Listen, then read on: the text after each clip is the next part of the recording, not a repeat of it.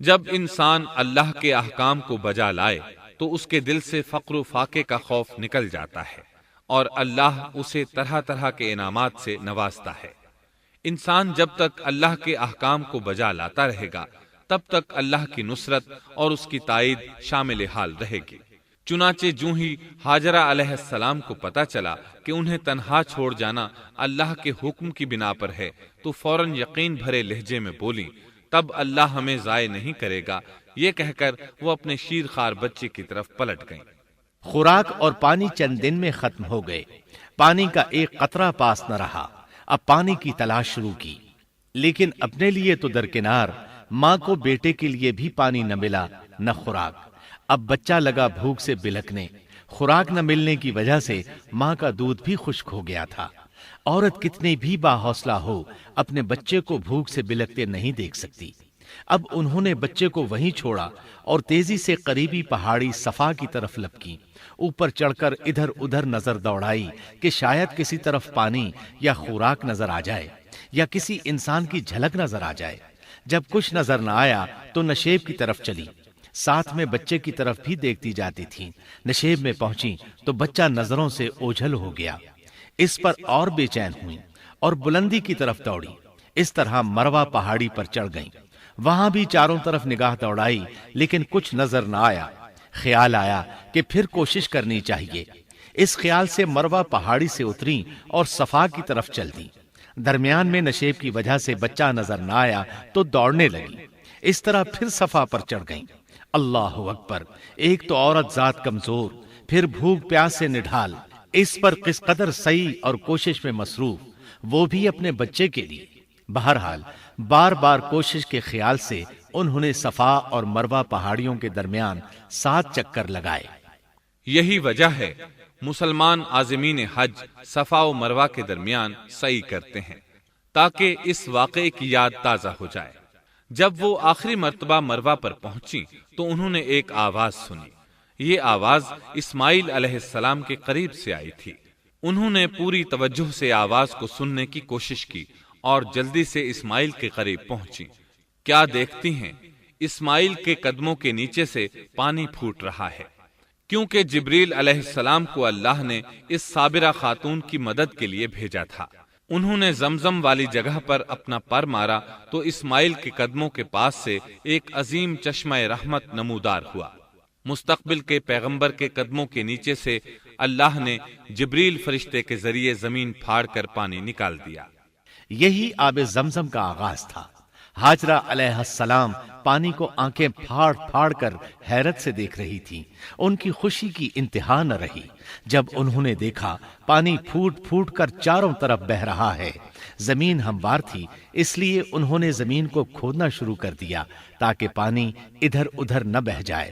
پھر انہوں نے اس گڑھے کے چاروں طرف پتھر رکھ دیے اور زبان سے بولی، زم زم، اس کا مطلب ہے رک جا۔ نبی اکرم صلی اللہ علیہ وسلم کا فرمان ہے، رحم اللہ اسماعیل لولا انها عجلت لكانت زمزم عینا معینا۔ اللہ اسماعیل کی والدہ پر رحم فرمائے، اگر وہ جلد بازی سے کام نہ لیتی تو زمزم ایک بہنے والا چشمہ ہوتا۔ لیکن انہوں نے اس کے گرد بند باندھ دیا۔ انہیں دراصل اس وقت پانی کی شدید ضرورت تھی، اس لیے انہوں نے پانی کو اپنے پاس جمع کر لیا تاکہ بہہ کر ضائع نہ ہو جائے۔ انہوں نے اسماعیل کو پانی پلایا، خود بھی خوب پیا، اور یہ اللہ تعالی کی طرف سے ان کی مہمان نوازی تھی۔ وہاں کوئی اور انسان نہیں تھا، نہ کھانے کی کوئی چیز تھی، بس یہی آب زمزم ان کے لیے کھانے اور پینے کا کام دے رہا تھا۔ اب چونکہ زمزم ایک چشمہ بن گیا تھا، اس لیے پرندے بھی آنے لگے۔ انہی دنوں عرب کے قبیلوں میں سے ایک قبیلہ بنو جرہم یمن کو خیر باد کہہ کر اس طرف آ رہا تھا۔ یمن میں ایک بہت بڑا ڈیم تھا۔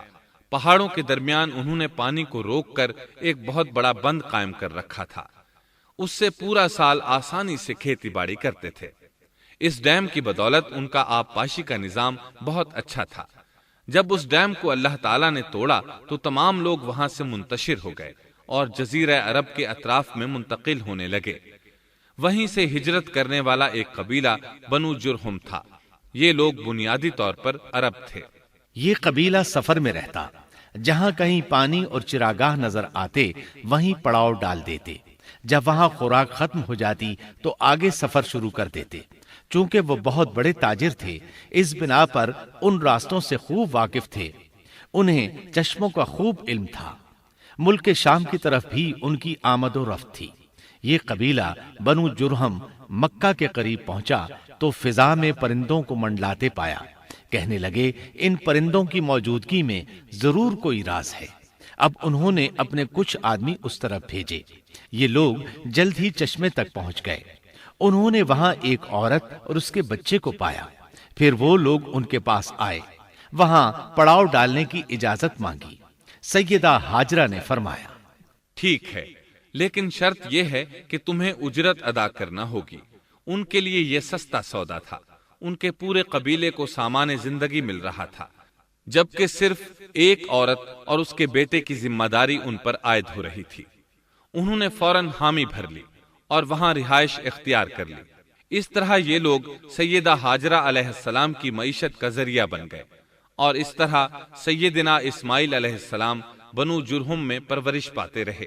انہوں نے ان لوگوں سے عربی سیکھ لی اور ان سے بھی زیادہ عربی دان بن گئے۔ فصاحت اور بلاغت سے عربی میں بات چیت کرنے لگے۔ پھر ان کی اس قبیلے میں شادی ہو گئی۔ ان کی اولاد سے عرب قوم کا آغاز ہوا۔ انہی میں سے سرور کائنات محمد صلی اللہ علیہ وسلم کی ولادت باسعادت ہوئی۔ بنو جرہم کی آمد اور آبادی ابراہیم علیہ السلام کی دعا کا نتیجہ تھی۔ جب انہوں نے اپنی بیوی اور بچے یعنی دو کمزور انسانوں کو اس ویران جگہ چھوڑا تھا تو یہ دعا مانگی تھی، ربنا انی اسکنت من ذریتی بواد غیر ذی زرع عند بیتک المحرم۔ اے ہمارے پروردگار، میں نے اپنی کچھ اولاد اس بے آباد جنگل میں تیرے حرمت والے گھر کے پاس بسائی ہے۔ یہاں یہ سوال پیدا ہوتا ہے کہ کیا اس وقت بیت اللہ کی تعمیر ہو چکی تھی؟ درست بات یہ ہے کہ اس وقت خانہ کعبہ کی تعمیر نہیں ہوئی تھی۔ پھر سوال پیدا ہوتا ہے کہ کیا ابراہیم علیہ السلام کے زمانے سے پہلے اس کی تعمیر ہو چکی تھی یا صرف جگہ ہی معروف تھی؟ اس بارے میں دو طرح کی روایات ہیں۔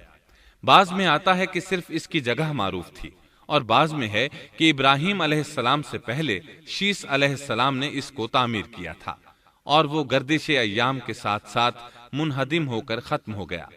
لیکن بہرحال اس کی جگہ معلوم تھی، اور وہی پہلا گھر تھا، جیسا کہ اللہ نے خبر دی ہے۔ ان اول بیت وضع للناس للذی ببکۃ مبارکا وہدی للعالمین۔ اللہ تعالیٰ نے پہلا گھر جو لوگوں کے لیے مقرر کیا تھا وہی ہے جو مکہ میں ہے، اور وہ پوری دنیا کے لیے برکت اور ہدایت والا ہے۔ ابراہیم علیہ السلام نے اللہ تعالیٰ سے یہ دعا مانگی تھی، ربنا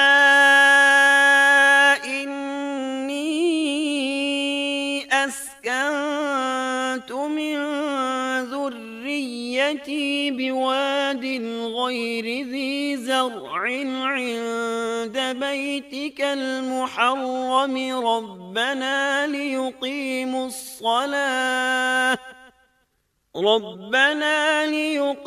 الصلاة فاجعل أفئدة من الناس تهوي إليهم وارزقهم من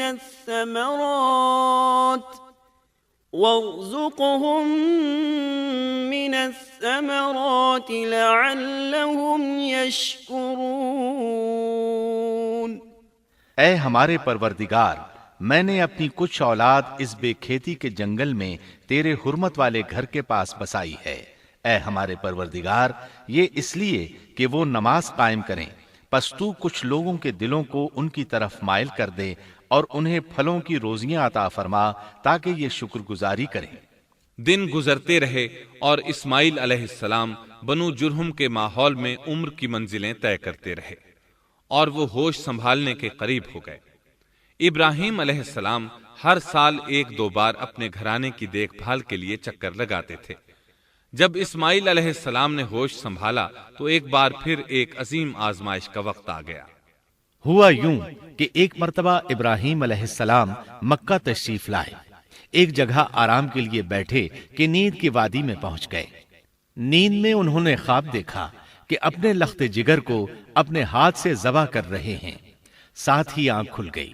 ابراہیم علیہ السلام جانتے تھے کہ انبیاء کرام کے خواب حقیقت ہوتے ہیں، اللہ کی طرف سے وحی ہوتے ہیں، اور شیطان کسی صورت ان کے خواب میں نہیں آ سکتا۔ لہٰذا انہوں نے اس خواب کے مطابق عمل کرنے کا پختہ ارادہ کر لیا، کسی قسم کی پریشانی کا شکار نہ ہوئے۔ اللہ رب العزت نے اس عظیم اور تعجب خیز واقعے کا قرآن مجید میں ذکر کرتے ہوئے فرمایا، وقال إني ذاهب إلى ربي سيهدين رب هب لي من الصالحين فبشرناه بغلام حليم فلما بلغ معه السعي قال يا بني إني أرى في المنام أني أذبحك فانظر ماذا ترى۔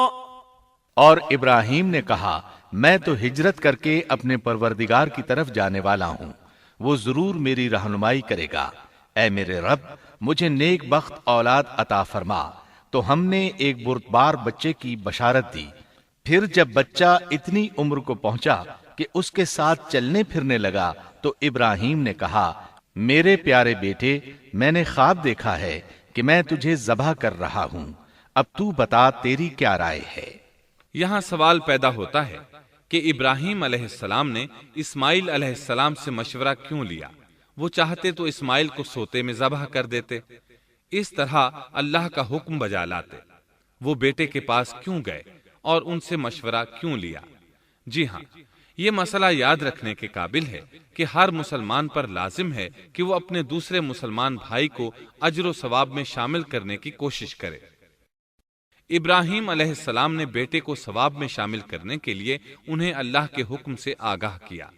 یہ نہ چاہا کہ میں اکیلا ہی اجر لیتا رہوں، بلکہ دوسرے کی خیر خواہی کو پیش نظر رکھا۔ والدین کے لیے آپ کے اس انداز میں نصیحت موجود ہے، یہ کہ اولاد کو ثواب کے مواقع فراہم کریں، ان کی صحیح تربیت کریں۔ اگر صدقہ کرنے کا موقع ملے تو بچوں کے ذریعے صدقہ کرائیں، تاکہ انہیں بھی اللہ کے راستے میں خرچ کرنے کی عادت پڑے۔ جب کسی دینی مجلس میں بیٹھنے کا موقع ملے تو اپنی اولاد کو بھی ساتھ لے کر جائیں۔ بے شمار لوگ خود تو جاتے ہیں، اولاد کو جانے کے لیے کہتے بھی نہیں۔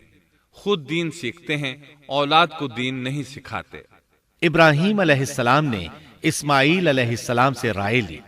سبحان اللہ، انہوں نے جواب میں فرمایا، يا أبت افعل ما تؤمر۔ اے ابا جان، آپ کو جو حکم ملا ہے کر گزریے۔ یہ نہیں کہا کہ مجھے تو حکم نہیں ہوا، بلکہ فوراً سر تسلیم خم کر دیا، اس لیے کہ وہ جانتے تھے انبیاء کا خواب حقیقت پر مبنی ہوتا ہے، اللہ کی وحی ہوتا ہے۔ اس لیے بالکل پریشانی ظاہر نہ کی، یہ تک نہ پوچھا مجھے کیوں ذبح کر رہے ہیں، یا میرا کیا جرم ہے، یا آپ کے پاس کون سا صریح حکم آیا ہے۔ انہوں نے ایسی کوئی بات نہ کہی۔ اللہ کی فرما برداری اسی کو کہتے ہیں۔ چنانچہ اپنے باپ سے کہا، يا أبت افعل ما تؤمر ستجدني إن شاء الله من الصابرين۔ اے ابا جان، آپ کو جو حکم ہوا ہے اس کو کر گزریے، انشاءاللہ آپ مجھے صبر کرنے والوں میں پائیں گے۔ علماء کرام فرماتے ہیں اس جملے سے ان کا انتہائی ادب اور احترام شامل ہے، اور اس میں زبردست توکل موجود ہے۔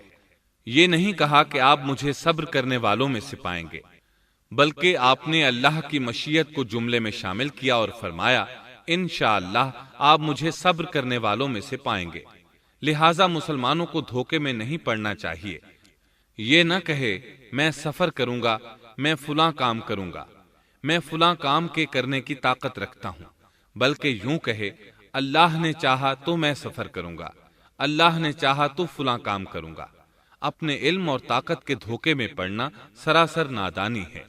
ہر چیز کا تعلق اللہ سے قائم کرے، جیسا کہ اللہ تعالیٰ فرماتے ہیں ولا تقولن لشيء إني فاعل ذلك غدا إلا أن يشاء الله، اور ہرگز ہرگز کسی کام پر یوں نہ کہنا کہ میں اسے کل کروں گا، مگر ساتھ ہی انشاءاللہ کہہ لینا۔ اپنی زبان کو اللہ کے ذکر سے سجا کر رکھو اور ہمیشہ اپنے معاملات کو اللہ کی طرف لوٹاؤ۔ بہرحال باپ بیٹا دونوں ہی مصمم ارادے کے ساتھ اللہ کا حکم پورا کرنے کے لیے پیش ہو گئے۔ اسماعیل علیہ السلام نے اپنے والد محترم سیدنا ابراہیم علیہ السلام سے کہا جب آپ مجھے ذبح کرنے لگیں تو میری پیشانی کو زمین پر رکھ دیجیے گا تاکہ آپ کو میرا چہرہ نظر نہ آئے اور کہیں آپ کے ہاتھ رک نہ جائیں، چہرہ دیکھ کر آپ پر شفقت پدری غالب نہ آ جائے۔ اب ابراہیم علیہ السلام نے بیٹے کی پیشانی پکڑ کر زمین پر لٹا دیا، جیسا کہ اللہ تعالیٰ نے فرمایا فلما أسلما وتله للجبين، جب دونوں مطیع ہو گئے اور ابراہیم نے اسے پیشانی کے بل لٹا دیا۔ اب انہوں نے چھری پکڑی اور گردن پر چلا دی، لیکن چھری نے گردن نہ کاٹی، بالکل اسی طرح جیسے آگ نے ابراہیم کو نہیں جلایا تھا، اس لیے کہ چھری میں کاٹنے کی طاقت اور آگ میں جلانے کی صلاحیت اللہ کے حکم کے بغیر نہیں آ سکتی۔ اللہ نے دونوں سے یہ طاقتیں سلب کر لیں۔ اب ابراہیم زور لگا رہے ہیں، ادھر اسماعیل علیہ السلام کہہ رہے ہیں ابا جان جلدی کیجئے، چھری چلائیے۔ اللہ تعالیٰ نے اس واقعے کا ذکر یوں فرمایا ہے فلما أسلما وتله للجبين، جب وہ دونوں مطیع ہو گئے اور ابراہیم نے اسے پیشانی کے بل لٹا دیا۔ اس مطیع ہونے سے مراد اللہ کے حکم کو نافذ کرنا ہے۔ اب ظاہر ہے مطیع تو وہ پہلے بھی تھے، لیکن یہاں اسلما یعنی مطیع ہونے سے مراد کامل اسلام ہے۔ نہایت واضح اور حقیقی اسلام مراد ہے، اس لیے کہ کامل اسلام وہی ہوتا ہے جس میں بغیر کسی تردد اور توقف کے اللہ کے امر اور نہی کی تصدیق کی جائے۔ یہ تھا حقیقی اسلام۔ ہاں تو چھری چلتی رہی، گلا نہ کٹا، اس لیے کہ امتحان اور آزمائش کی تکمیل ہو چکی تھی۔ یہ بات ثابت ہو چکی تھی کہ اللہ کا حکم نافذ کرنے میں دونوں پوری طرح کوشاں ہیں۔ اللہ تعالیٰ بھی فرما برداری ہی کا صلہ عطا فرماتے ہیں۔ چنانچہ آواز آئی قد صدقت الرؤيا إنا كذلك نجزي المحسنين إن هذا لهو البلاء المبين، ہم نے اسے پکارا اے ابراہیم تو نے خواب کو سچ کر دکھایا، یقیناً ہم اسی طرح نیکوکاروں کو جزا دیا کرتے ہیں۔ یقیناً یہ ایک کھلی آزمائش تھی۔ تاریخ کا ایک عظیم ترین امتحان اور کڑی آزمائش دنیا کو آج بھی حیرت میں ڈال دیتی ہے۔ کون ہے جو بیٹے کو ذبح کرنے پر تیار ہو جائے، خاص طور پر اس صورت میں جب اولاد بھی اکلوتی ہو، جس کی وجہ سے 86 سال کے بعد آنگن میں بہار آئی ہو۔ پھر اس کی قربانی کا بھی واضح حکم نہیں دیا گیا تھا، اشارتاً خواب میں رہنمائی کی گئی تھی۔ آپ کہہ سکتے تھے یہ قتل اور سنگین جرم ہے، کہہ سکتے تھے اپنے بیٹے کو کس جرم میں قتل کروں، لیکن آپ نے بغیر کسی تعامل کے سر تسلیم خم کر دیا اور اس عظیم امتحان میں کامیاب ہوئے۔ اللہ فرماتے ہیں وإبراهيم الذي وفى اور ابراہیم وہ ہیں جنہوں نے وفاداری کی۔ اس آیت میں یہ نہیں بتایا گیا کہ کس چیز میں وفاداری کی، اس لیے کہ وہ تو ہر معاملے میں مکمل طور پر وفاداری کا مظاہرہ کر چکے تھے۔ آگ میں ڈالے جانے والا معاملہ، بیوی اور بچے کو لق و دق میدان میں چھوڑ آنے کا معاملہ، پھر ذبح کا امتحان، تعمیر بیت اللہ کی مشقت، غرض ہر معاملے میں وفادار تھے، حتیٰ کہ اپنا مال اللہ کے راستے میں خرچ کرنے میں اس قدر وفادار کہ ابو زیفان کے لقب سے مشہور ہو گئے۔ اس کا معنی ہے مہمان نواز۔ کسی مہمان کو دسترخوان پر اپنے ساتھ بٹھائے بغیر ایک لقمہ نہیں کھاتے تھے، باہر نکلتے مہمان تلاش کرتے، پھر اس کے ساتھ مل کر کھانا کھاتے، مہمان نہ ملتا تو سخت غمگین ہو جاتے۔ اس طرح انہوں نے اللہ کے ہر حکم کی پاسداری کی۔ ذبح والے اس امتحان کا اللہ نے انہیں کیا صلہ دیا؟ اللہ فرماتے ہیں وَفَدَيْنَاهُ بِذِبْحٍ عَظِيمٍ، ہم نے اسے عظیم ذبیحے کا بدلہ عطا کیا۔ ہاں تو ہم بتا رہے تھے چھری نے گلا نہ کاٹا۔ ایسے میں ابراہیم علیہ السلام نے ایک آواز سنی، آواز پیچھے سے آئی تھی۔ انہوں نے مڑ کر دیکھا، جبریل علیہ السلام نظر آئے۔ وہ آسمان سے ایک مینڈھا لے کر آئے تھے، دنیا کے مینڈھوں میں سے نہیں بلکہ جنت کا مینڈھا لائے تھے۔ سیدنا عبداللہ بن عباس رضی اللہ عنہما سے روایت ہے کہ وہ مینڈھا جنت میں 40 سال تک چرتا رہا۔ سفید رنگ، کشادہ آنکھوں، خوبصورت سینگوں والا حسین و جمیل مینڈھا تھا۔ بہرحال یہ ابراہیم علیہ السلام کی وفاداری کا بدلہ تھا جو اسماعیل علیہ السلام کے فدیے میں دیا گیا، اور پوری امت مسلمہ کے لیے حکم ہو گیا کہ اللہ کی رضا کے لیے قربانی اور ہدی پیش کرتے رہیں۔ کعبے کے پاس حرم الہی میں ہر سال یہ سنت ادا کی جاتی ہے، اور ان کے ساتھ ساتھ پوری زمین کے تمام خطوں پر بسنے والے مسلمان بھی اس عظیم فرمانبرداری کی علامت کے طور پر قربانیاں پیش کرتے ہیں۔ مینڈھے کے ذکر کا مطلب یہ ہے کہ ہم سنت ابراہیمی پر گامزن ہو جائیں۔ یہ مینڈھا ہمیں اللہ کے لیے قربانی کا سبق دیتا ہے۔ ہمیں چاہیے سنت ابراہیمی کی اقتداء کرتے ہوئے ہم اپنی جانوں، اپنی اولاد اور اپنے مالوں کو اللہ کی راہ میں قربان کرنے کے لیے تیار ہو جائیں۔ اللہ تعالیٰ فرماتے ہیں وَفَدَيْنَاهُ بِذِبْحٍ عَظِيمٍ وَتَرَكْنَا عَلَيْهِ فِي الْآخِرِينَ سَلَامٌ عَلَىٰ إِبْرَاهِيمَ كَذَلِكَ نَجْزِي الْمُحْسِنِينَ إِنَّهُ مِنْ عِبَادِنَا الْمُؤْمِنِينَ۔ اور ہم نے اسے عظیم ذبیحہ عطا کیا، اور ہم نے اس کا پچھلوں میں ذکر خیر چھوڑا۔ سلامتی ہو ابراہیم پر۔ اسی طرح ہی ہم نیکوکاروں کو جزا دیتے ہیں، یقیناً وہ ہمارے مخلص بندوں میں سے تھا۔ اور اسی طرح اللہ فرماتے ہیں وَبَشَّرْنَاهُ بِإِسْحَاقَ نَبِيًّا مِّنَ الصَّالِحِينَ، اور ہم نے اسے نیکوکار نبی اسحاق کی ولادت کی خوشخبری سنائی۔ یہ خوشخبری فلسطین کی طرف واپس لوٹنے کے بعد سنائی گئی۔ ایک اکلوتے بیٹے کی قربانی کے لیے تیار ہو جانے کے صلے میں اور سارہ علیہ السلام کی عظمت اور تکریم کے مد نظر اللہ تعالی نے اسحاق کی خوشخبری سنا دی۔ یہ آیت ذبح کے واقعے کے بعد اللہ تعالی نے ذکر فرمائی ہے، اس لیے معلوم ہوا پچھلی آیات میں اسحاق کے علاوہ کسی اور بیٹے کا ذکر ہوا ہے، اور وہ اسماعیل علیہ السلام ہی تھے، جبکہ یہودی روایات میں اسحاق علیہ السلام کو ذبیح قرار دیا جاتا ہے۔ یہ بالکل غلط ہے۔ ذبح کے واقعے کے بعد اسحاق علیہ السلام کی بشارت مل رہی ہے، پھر بھلا وہ پیدا ہونے سے پہلے ہی ذبیح کیسے بن گئے؟ اس لیے یہ قطعی بات ہے کہ اسماعیل علیہ السلام ہی ذبیح ہیں۔ اس کے کئی اور بھی دلائل ہیں جن کے ذکر کرنے کا یہاں موقع نہیں۔ بہرحال اس عظیم آزمائش میں بے مثال کامیابی کے بعد ابراہیم علیہ السلام فلسطین آئے اور 120 سال کی عمر میں اسحاق علیہ السلام کی بشارت ملی، جبکہ سارہ علیہ السلام کی عمر 90 سال تھی۔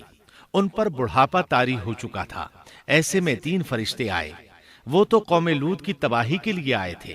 راستے میں اللہ کے حکم سے ابراہیم علیہ السلام اور ان کی اہلیہ سارہ کو خوشخبری سنائی، اور اس غرض کے لیے وہ انسانی شکل میں آئے تھے۔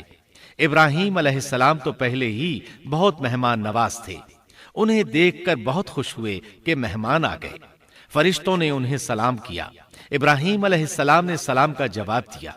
وہ حیرت زدہ تھے کہ یہ لوگ ان کی بستی کے رہنے والے تو ہیں نہیں، لیکن ان پر سفر کے نشانات بھی نہیں ہیں، جیسا کہ دور سے چل کر آنے والوں میں ہوتے ہیں، نہ ان کے پاس سواریاں ہیں۔ قرآن مجید میں آتا ہے، قالوا سلاما قال سلام قوم منكرون۔ فرشتوں نے سلام کیا تو ابراہیم نے بھی سلام کیا اور دل میں خیال کیا یہ اجنبی لوگ ہیں۔ پھر وہ اپنی مہمان نوازی کی عادت کے مطابق انہیں اندر لے آئے، ان کے لیے کھانے کا انتظام کیا۔ اللہ تعالیٰ فرماتے ہیں، وَلَقَدْ جَاءَتْ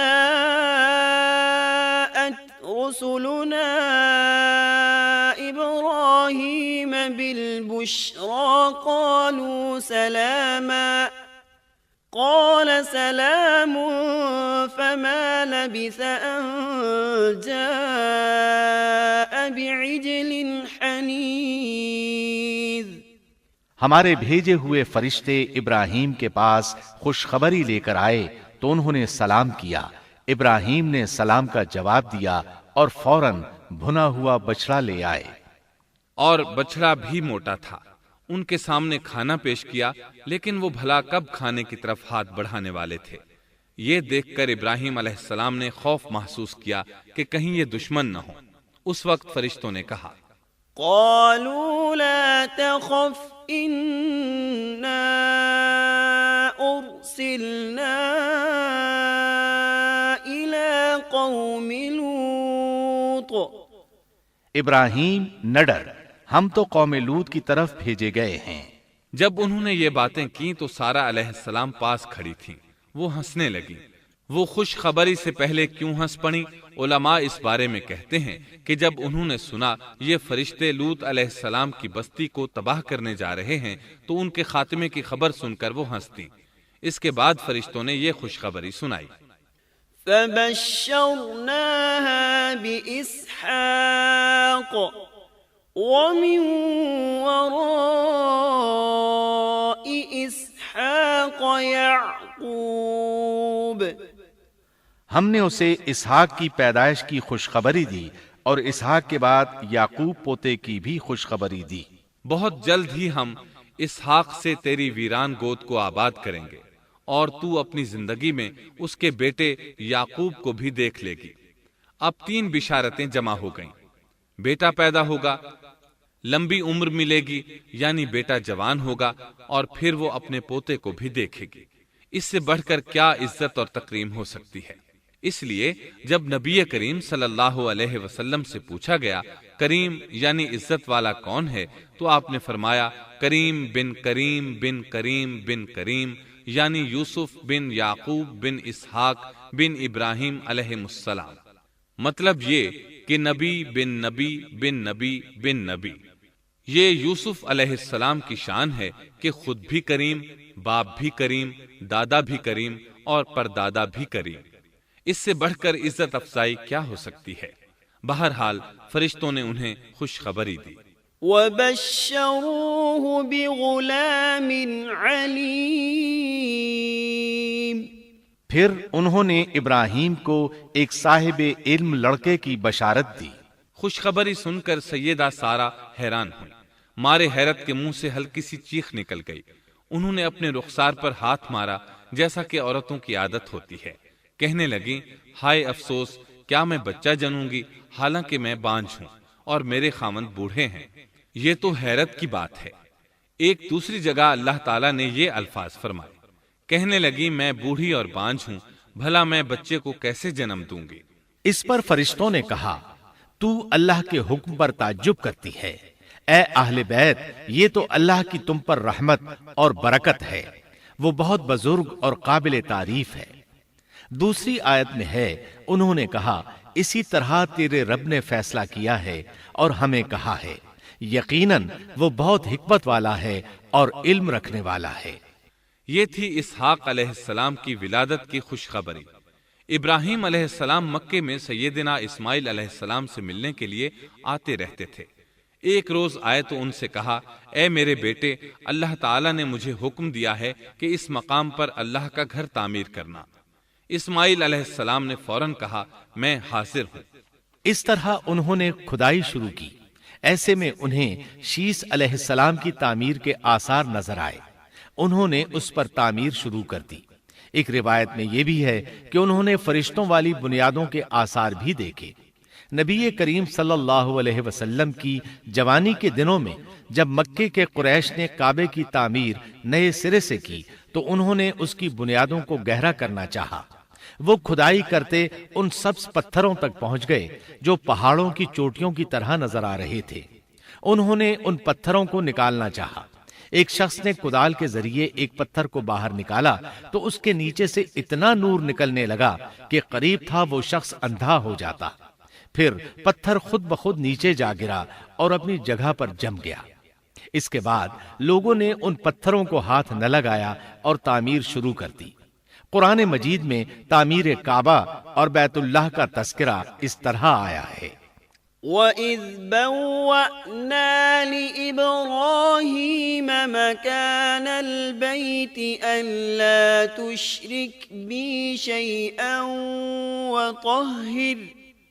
وَطَهِّرْ بَيْتِيَ لِلطَّائِفِينَ وَالْقَائِمِينَ وَالرُّكَّعِ السُّجُودِ۔ اور جب ہم نے بیت اللہ کے مکان میں ابراہیم کو جگہ دی اور فرمایا کہ میرے ساتھ شرک نہ کرنا اور میرے گھر کو طواف، قیام اور رکوع و سجود کرنے والوں کے لیے پاک رکھنا، اور فرمایا، ان اول بیت وضع للناس للذی ببکۃ مبارکا وہدی للعالمین فیہ آیات بینات مقام ابراہیم ومن دخلہ کان آمنا۔ بے شک لوگوں کے لیے جو پہلا گھر تعمیر کیا گیا ہے وہ مکہ میں ہے، وہ جہان والوں کے لیے برکت اور ہدایت کا ذریعہ ہے۔ اس میں واضح نشانیاں ہیں، مثلا مقام ابراہیم، تو جو کوئی حرم میں داخل ہوگا وہ امن میں آ جائے گا۔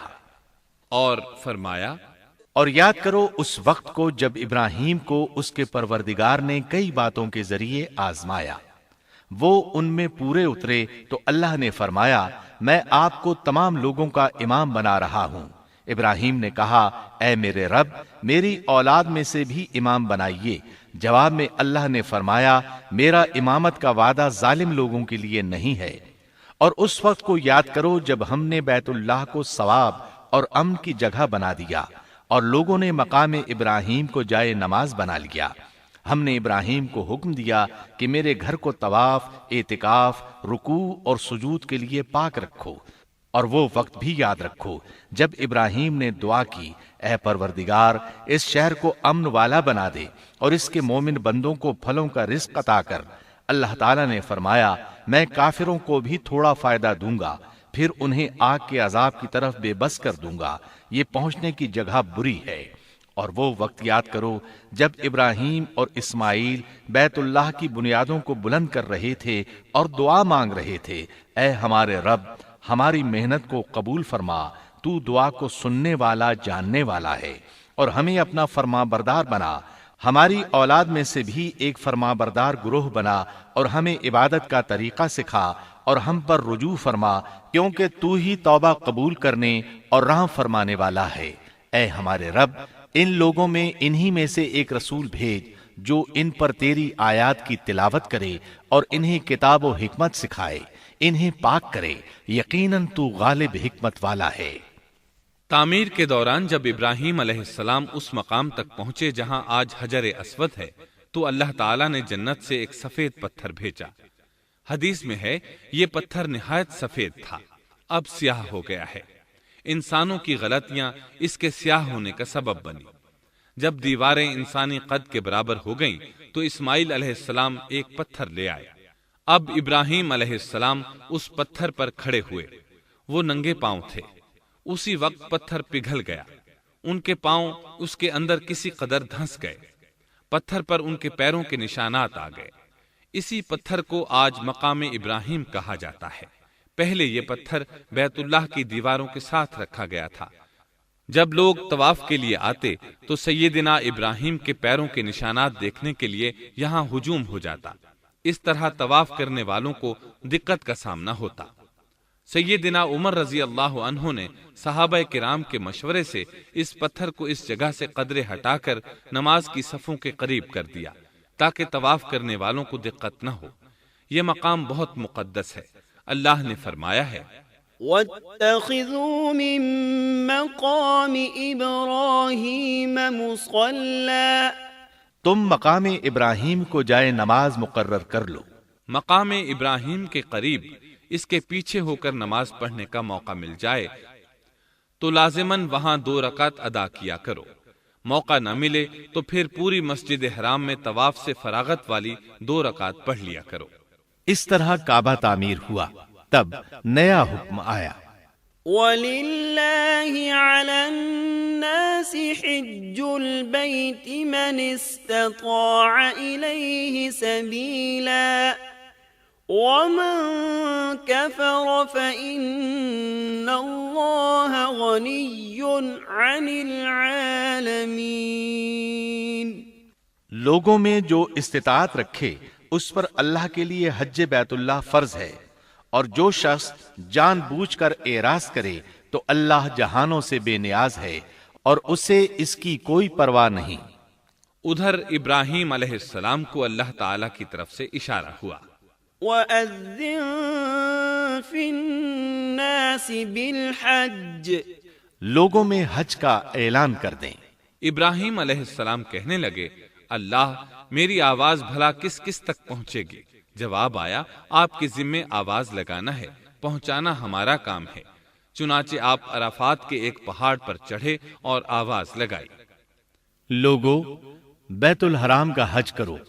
اللہ تعالیٰ نے معجزانہ طور پر یہ آواز تمام انسانوں تک پہنچا دی، خواہ وہ پیدا ہوئے تھے یا نہیں۔ دوسرا معجزہ یہ ہوا کہ اللہ نے بیت اللہ اور اس کے حج کی محبت لوگوں کے دلوں میں ڈال دی۔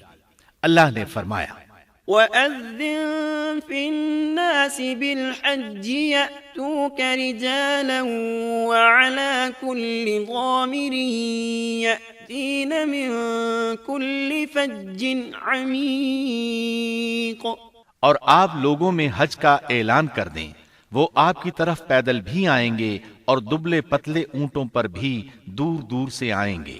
اس طرح لوگ پیدل اور سوار ہو کر کثرت سے حج کے لیے آنے لگے اور یہ ویران علاقہ آباد ہونے لگا۔ یہ تھے حالات اور واقعات ابراہیم علیہ السلام کے۔ آپ نے 175 سال کی عمر میں وفات پائی۔ آپ سے پہلے سیدہ ہاجرہ علیہ السلام نے وفات پائی، اور ان کی وفات سے کچھ ہی عرصہ بعد سیدہ سارہ علیہ السلام 127 سال کی عمر میں فوت ہو گئیں۔ ان دونوں کی وفات کے بعد آپ غمگین رہنے لگے۔ آخر اتنی مدت تک ساتھ رہا تھا۔ آپ خلیل الرحمن تھے، آپ پر صحیفے بھی نازل ہوئے، آپ اللہ کے بے حد شکر گزار تھے۔